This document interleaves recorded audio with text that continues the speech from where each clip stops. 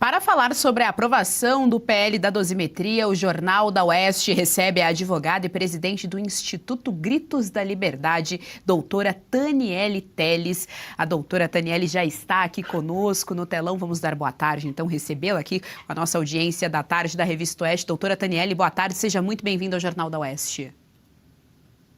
Muito boa tarde a todos. É um prazer mais uma vez falar com vocês.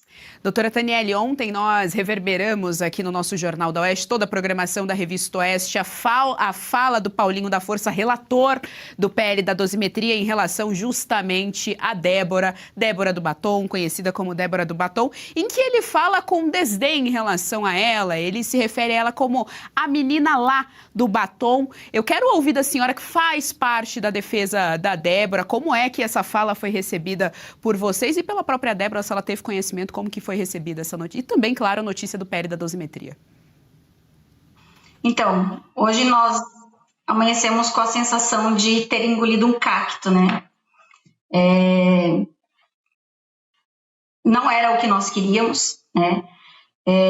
Nós estamos tratando de uma dosimetria, de uma redução de pena, né, de pessoas que são inocentes, que foram condenados por uma narrativa, né, criada para prender o nosso líder maior aí, Jair Messias Bolsonaro. E o que veio para nós ontem? Ou vocês aceitam isso? É só isso que vocês têm? É só isso que nós temos? Nós temos um Congresso acovardado que não tem condições hoje de passar uma anistia, e o que foi oferecido para nós como um cala-boca, para se falar assim, como chance de um recomeço, foi esse PL da dosimetria, que eu não falo dosimetria, eu falo PL da redução das penas. E a menina lá, né? A menina lá é mãe, tem 2 filhos, é uma pessoa que nunca foi condenada, nunca respondeu por nenhum crime. Tem 2 crianças pequenas.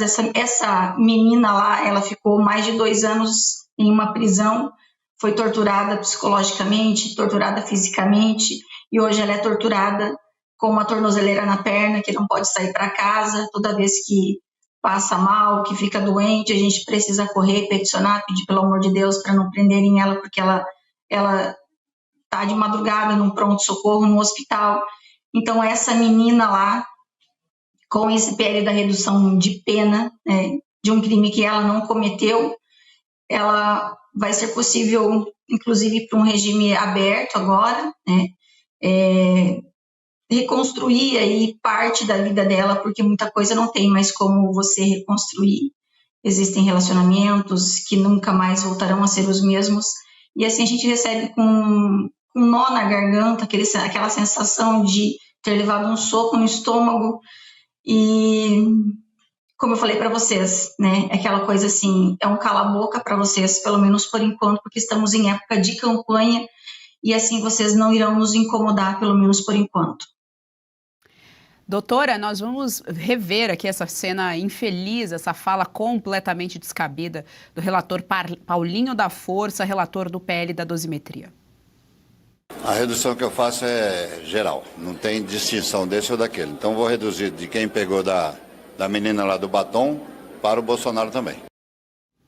Tá, então, para nossa audiência, a fala foi feita ontem durante coletiva de imprensa, quando eles anunciaram que o PL da dosimetria seria votado ontem mesmo. A gente sabe, foi votado na calada da noite, e o desdém aí do relator, que outra coisa, né, surgiu do mais absoluto nada, Paulinho da Força. Doutora Taniele, eu vou trazer aqui os nossos excelentes analistas políticos. Serrão, nós estamos com a nossa querida doutora Taniele, sua pergunta.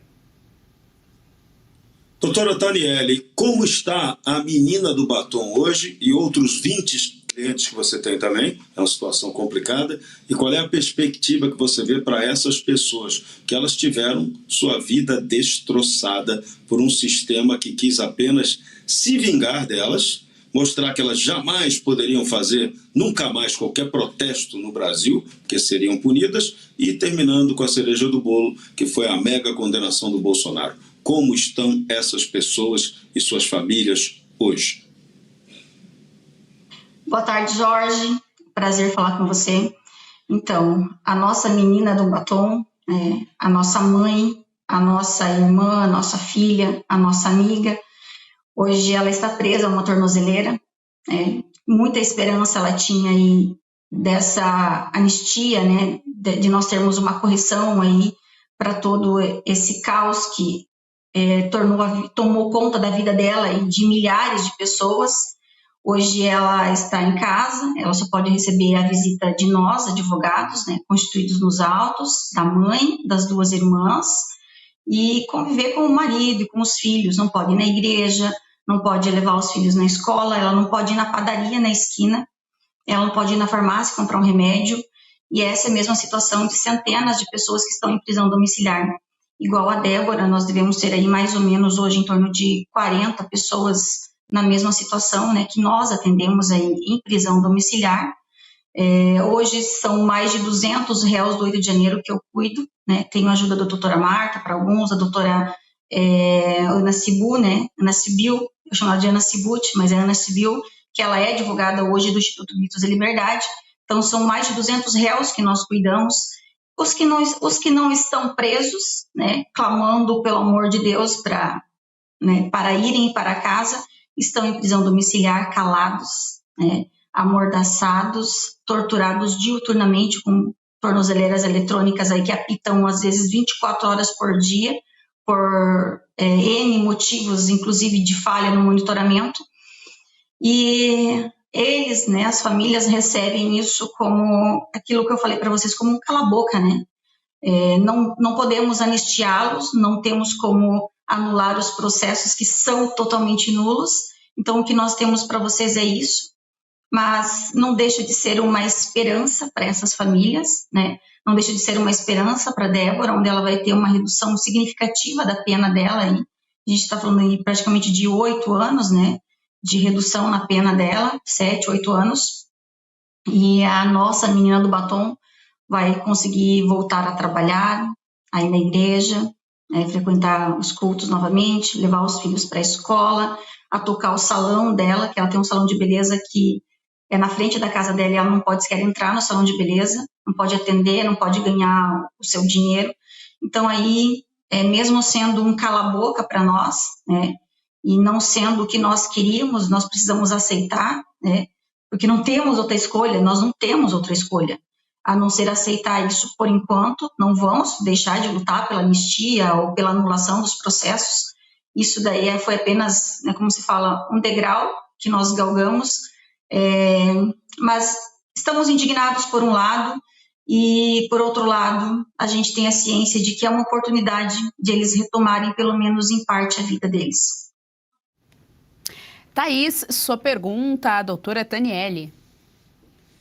Doutora Taniele, primeiro eu quero aqui reconhecer a bravura não só da doutora, mas de todo o corpo técnico, de todos os operadores que abraçaram essa causa, porque a gente sabe que os advogados que advogam, né, para esses réus, de alguma maneira acabaram sendo marcados, né, negativamente pelo sistema, e a gente sabe o quanto é necessário ter bravura, ter coragem, o quanto é necessário, de fato, vestir, né, a camisa e fazer com que o direito dos seus clientes, de fato, seja alcançado. E eu sei que vocês estão fazendo um trabalho brilhante. Então, fica aqui, né, a minha consideração, o meu reconhecimento de tamanha bravura de todos vocês. E numa visão técnica, doutora, você compartilhou com a gente agora que são quase mais de 200 réus que estão aí dentro do corpo técnico de vocês. Vocês já conseguiram fazer, né, uma avaliação de quantos desses réus poderão cumprir em liberdade? Quando a gente fala cumprir em liberdade a pena, significa que eles já não precisarão usar essa tornozeleira eletrônica. Quantos desses réus seriam, de alguma maneira, beneficiados se o texto, de fato, for aprovado e sancionado? Boa tarde, doutora Thaís. Me saúdo como uma colega, né, de profissão. Conheço um pouquinho do seu trabalho, né, da sua história. E como advogada, a doutora deve imaginar como nós nos sentimos um dia como hoje, né? Não só um dia como hoje, mas a cada semana que nós temos aí 4, 5 réus indo para julgamento e recebendo penas aí de 14 a 17 anos, né? Então, nós temos trabalhado arduamente, sim. Na mesma situação da Débora, temos aí o Aildo, que está em julgamento, com 14 anos, o Ramiro, o Ramiro Júnior, o Ramiro dos Caminhoneiros, que eles falam que acabou de finalizar o julgamento dele, estamos em fase de recurso, a Débora, o Mário, o Mário Furacão, que eles falam que é o Lucimário Gouveia, que está em prisão domiciliar aí há mais de um ano, que perdeu a visão dentro da prisão em Rio Verde, Goiás, a dona Dalgisa cumprindo prisão domiciliar, a Ana Flávia cumprindo prisão domiciliar. Eu imagino que hoje nós temos em média de 40 réus, cumprindo pena tanto em prisão domiciliar como em regime fechado nas prisões, e esses réus todos, eles, com base na análise que nós já fizemos de caso a caso, de cada caso, alguns 14, 15, 17 anos, essas pessoas todas irão automaticamente não, precisará haver uma provocação da nossa parte, dificilmente o ministro ele vai de ofício, enfim, rever toda essa atrapalhada que ele fez aí, mas enfim, nós teremos aí em torno de 40 pessoas aí que estarão já no regime aí não de prisão domiciliar mais, mas sim progressão de regime para o aberto imediatamente. Sem falar dos exilados, são centenas de pessoas exiladas, tem praticamente uma centena também de réus que estão no exílio, alguns cumpriram 8 meses, alguns cumpriram 11 meses, em Brasília, já na Papuda, outros em outros presídios, e sabendo aí que a pena deles pode chegar entre 6 anos, até 6 anos, 6 anos e meio, se for aplicado a redução aí de 1/6, de 1/3, porque vai de 1/3 a 2/3, a depender do entendimento do próprio ministro agora. Então, essas pessoas também voltariam para o Brasil, estariam já em regime aberto, e os que nunca foram presos, retornariam aí para uma prisão, para um regime talvez aí um semiaberto, ou um semiaberto harmonizado, alguma coisa nesse sentido. Mas, a princípio, nós teríamos praticamente todos os nossos, nós teremos todos, porque eu não peguei nenhum da liderança, o financiador, tem, eu acho que apenas 2 financiadores aí que estão acusados de financiadores, mas nesse contexto, do que foi apresentado, do que foi votado, de que tudo indica vai passar para o Senado, inclusive sem qualquer tipo de alteração no texto, nós teremos aí dezenas de casos que imediatamente serão beneficiados. Doutora Taniele, muito obrigada por conversar aqui conosco do Jornal da Oeste. Transmito aqui da audiência e de toda a equipe da Revista Oeste o nosso carinho, o nosso abraço a você, a toda a equipe de defesa aí que trabalha junto com a doutora e, claro, também a todos os réus do 8 Político. A Revista Oeste sempre se colocou como porta-voz dos presos políticos, sempre foi um espaço para falar a respeito do tema. Estamos sempre, então, de portas abertas para recebê-los. Muito obrigada, doutora. Eu que agradeço vocês, cumprimentos, dando voz para os réus. A perseguição, vocês sabem que ela é, assim, ferrenha contra nós.